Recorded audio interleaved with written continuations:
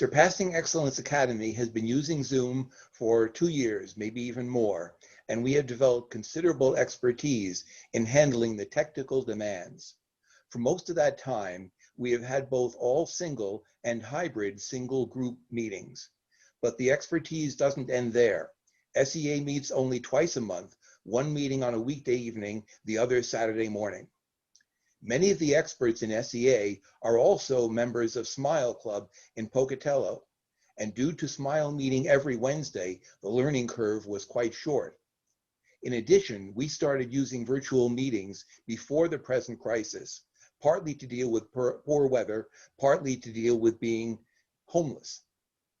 The combination of members of SEA and Smile, some of whom are the same people, were also the main driving force in the evolution of this past spring's District 15 conference and contest. Division B was assigned the task of producing that event, which started out as an ordinary event located at the Clarion in Pocatello. After months of planning, in early March, the principals, including Division B Director Terry Ackley and Smile Treasurer Teresa Norvik, met at my house in Pocatello as a group and Zoom conferenced with the top 3, including District Director Chris Purvant. It was then that the decision was made to go virtual. In May, the 2 events, a week apart, were finally unveiled, and the reaction was uniformly positive, even gushing. The Division B team set a high standard for virtual meetings in District 15. 2 factors were crucial to that success. First, the substantial expertise drawn from Smile and, of course, SEA. Second, the decision to engage in several practice sessions to work through the challenges and solve them before the final event. SEA has continued to pioneer developments in using Zoom to meet and speak, and my speech is part of that learning process. I will focus on the specific of dealing with gesturing under the constraints of virtual communication. Identifying those constraints is my first purpose. Consider the 3 intersecting dimensions speakers deal with: up-down, left-right, and forward-backward. The obvious constraint is left-right, because the camera severely reduces the range a speaker can use while remaining large enough to be easily visible. But that's not the only challenge. As speakers, we don't often use the up-down dimension other than the difference between a full body appearance versus typical camera-constrained head and shoulders. But the front-to-back dimension is rarely exploited fully. Consider this simple challenge. In a normal meeting room, a speaker might be 5 feet from the front of the audience, but the distance from the front of the audience to the back could easily be 3 times that, 15 feet. So the distance from the speaker to an audience member can vary from 5 to 20 feet, hardly insignificant. But the human visual system evolved to overlook, pun intended, that difference. People in the back of the room simply don't seem to detect much difference from those seated in front. But with the use of a camera and microphone, suddenly that difference looms large. And knowing that, there are only a few ways to deal with the challenge. I will mention that the speaker's voice level is an important factor, but that is a different subject, not directly related to my topic of gestures. Certainly, the necessary use of the camera imposes border constraints, mostly left to right, but also up-down. Some of you might have seen Teresa Norvik's Tall Tales speech, in which she simply vanished from the camera's field of view, dropping through the floor. You can't gesture when you're out of range of the camera. That is a fact of reality.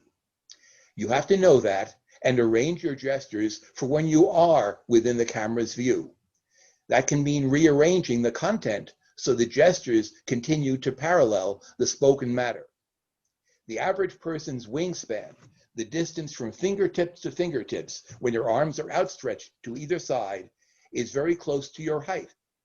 I'm just over 6 feet tall, so my wingspan is also close to 6 feet. If the camera were to encompass the entirety of my wingspan, it would have to be set back from my body, and the size of my face would be reduced, making it more of a challenge for you to see any facial gestures I also wanted to convey. I would have to separate those gestures to reduce that conflict. One way to do that is eliminate entirely gestures using my hands, using only the stretch of my arms.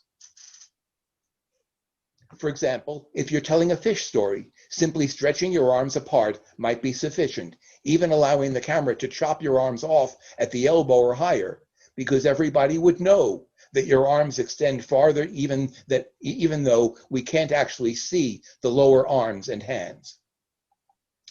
Back to front gesturing, walking closer to the audience, or backing up, can be done, but you have to make sure that nothing is lost in the transition. Start with the closest approach to the camera, making sure your head and torso can be seen. So when you back up, more of your body is in the camera. Doing it the other way risks self-decapitation when you move forward.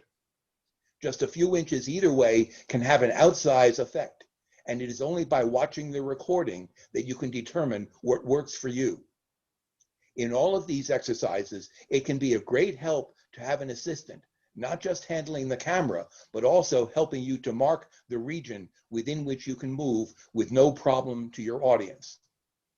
If you're going to stick to the head and shoulder approach, reaching forward requires you keep your arms within the field of the camera. This requires practice, recording yourself and then watching the recording, repeating and fine-tuning until you know how you need to reach to keep your arms and hands in view. Some of you have seen the humorous speech of Anita Janis, where she holds up an imaginary newspaper in one hand and uses short gestures to identify the picture of the Fred Meyer's parking lot and the circle of yellow police tape. As with larger gestures, repeating them the exact same way recalls the context every time, making it real to the audience. Getting those gestures right took several iterations to make sure that the camera-filtered audience could see what Anita wanted to convey. One easy-to-follow rule of thumb is to limit any hand gestures to the spaces on either side of your head and above your shoulders, but not above the top of your head. That's a severe constraint, and there are always reasons to go outside those boundaries, but you need to be careful, as going too far outside can mean the fingers are invisible. Gestures are often very personal, and getting them right for the audience is also a matter of practice and error correction.